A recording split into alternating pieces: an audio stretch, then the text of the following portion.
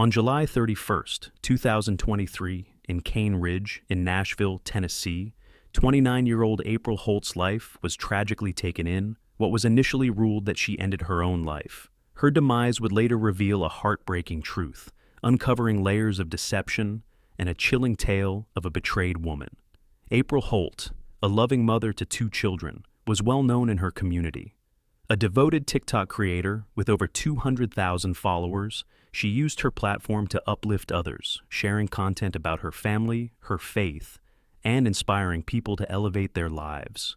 But in July 2023, her life came to a tragic end just 2 weeks after she asked her husband, Donovan Holt, for a divorce. April's request for separation was a sign that she was ready to move on from the troubled relationship. However, just 2 weeks later, her 8-year-old son found her unresponsive in their bathroom, a plastic bag duct taped around her neck.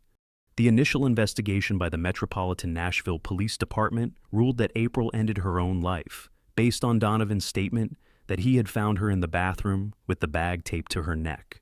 But April's mother, Jamie Dickerson, refused to believe it. She knew her daughter far too well to accept that April would have taken her own life. Jamie said in an interview, "I just knew something wasn't right." The bruises on April's neck, broken blood vessels on her cheeks, and marks on her ankles told a story that wasn't consistent with taking your own life. Jamie, driven by a mother's love and determination for the truth, took matters into her own hands.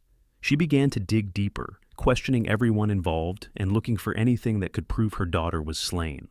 It was during a FaceTime video call with Jamie in June 2024 when Donovan confessed to his mother-in-law that he had strangled April that the truth finally started to unravel. It was an accident during a sexual act. Donovan confessed, according to Jamie, who recorded the conversation and handed it over to the authorities. In September 2024, Donovan was arrested in San Antonio, Texas, after admitting to the detectives that he had staged the scene to make it look like April took her own life.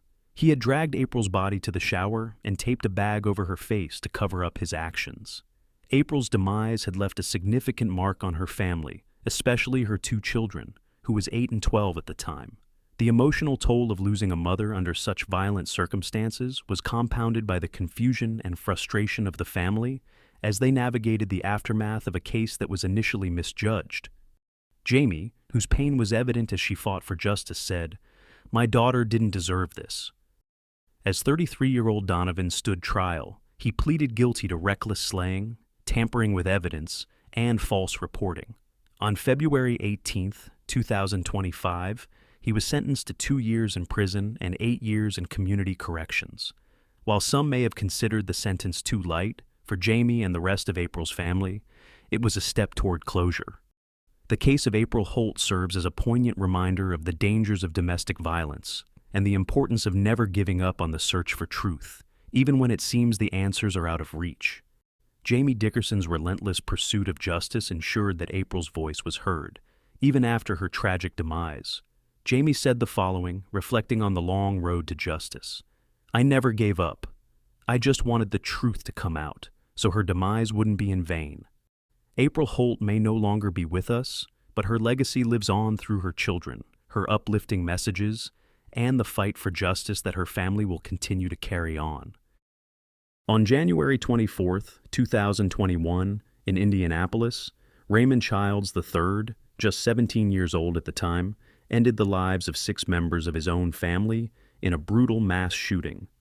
The tragedy, which rocked the community and left a lasting scar on those who knew the victims, would forever change the course of Raymond's life. It also raised unsettling questions about the young man's motivations, actions, and the family dynamics that played a role in this horrific event. Raymond was raised in Indiana, in a family deeply involved in their community. His father, Raymond Childs Jr., was a well-known music producer and the founder of Just Real Records. The Childs family, known for their work with youth-oriented programs like New Street, New Path, and New Wave Incorporated, aimed to support and mentor young people through music and related initiatives. Yet, despite the positive influence of his family, Raymond's life took a tragic turn. The events leading to the massacre began when Raymond violated his curfew on the night of January 23rd by taking his father's car without permission. This was a clear violation of household rules, something that had been enforced strictly by his father. When Raymond returned home after midnight, a confrontation erupted. His father, upset over the violation, informed him that there would be consequences for his actions. It was a seemingly small disagreement that would quickly escalate into an unimaginable tragedy.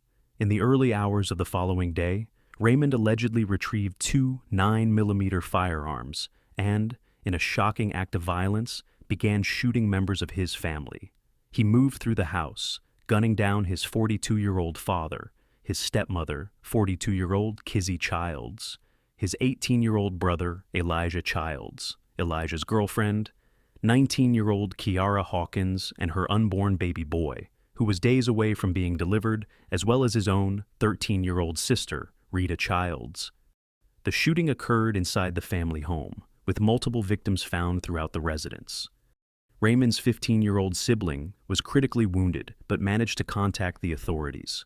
The police quickly responded to the scene, finding the 15-year-old victim on the porch of the home with gunshot wounds.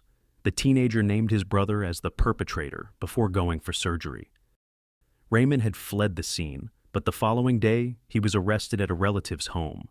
The authorities later recovered the firearm used in the attack. What followed was a drawn-out legal process that would ultimately hold Raymond accountable for the massacre he had committed. In July 2024, his first trial ended in a mistrial after a courtroom disturbance involving a witness. However, a retrial began in October 2024. After 5 days of proceedings, Raymond was found guilty on all charges: 6 counts of slaying, 1 count of attempted slaying, and 1 count of unlawful possession of a handgun. Western Michigan University professor Dr. James Henry, who is an expert on the effects of trauma on children, shared details on his interviews with Raymond during the sentencing hearing. Henry testified that Raymond was exposed to complex trauma, describing instances of seeing his mother being physically harmed by boyfriends and feeling helpless that he wasn't able to protect her. Raymond moved in with his father when he was 12 years old and never heard from his mother again. Henry said that Raymond felt abandoned, loss, and rejection, that his mother didn't want to see him. However, Raymond's mother testified earlier that his father limited time she could spend with him because he was very strict about where his kids could go and what they did. Henry testified that Raymond said that all the children in the home couldn't wait to turn 18 years old so they could get out of there. According to Henry, Raymond is below average intellectually and has difficulty finding words to communicate his thoughts. On March 10, 2025, Raymond was sentenced to 360 years in prison, with 6 consecutive life sentences. This sentence reflected the severity of his crimes and the gravity of the loss his family had suffered. One resident, trying to grasp the senselessness of the tragedy, said, "I don't know what led him to do this, but it doesn't make any sense." Raymond's actions shattered the lives of his family. His 15-year-old sibling, the lone survivor, would have to carry the scars of that night forever.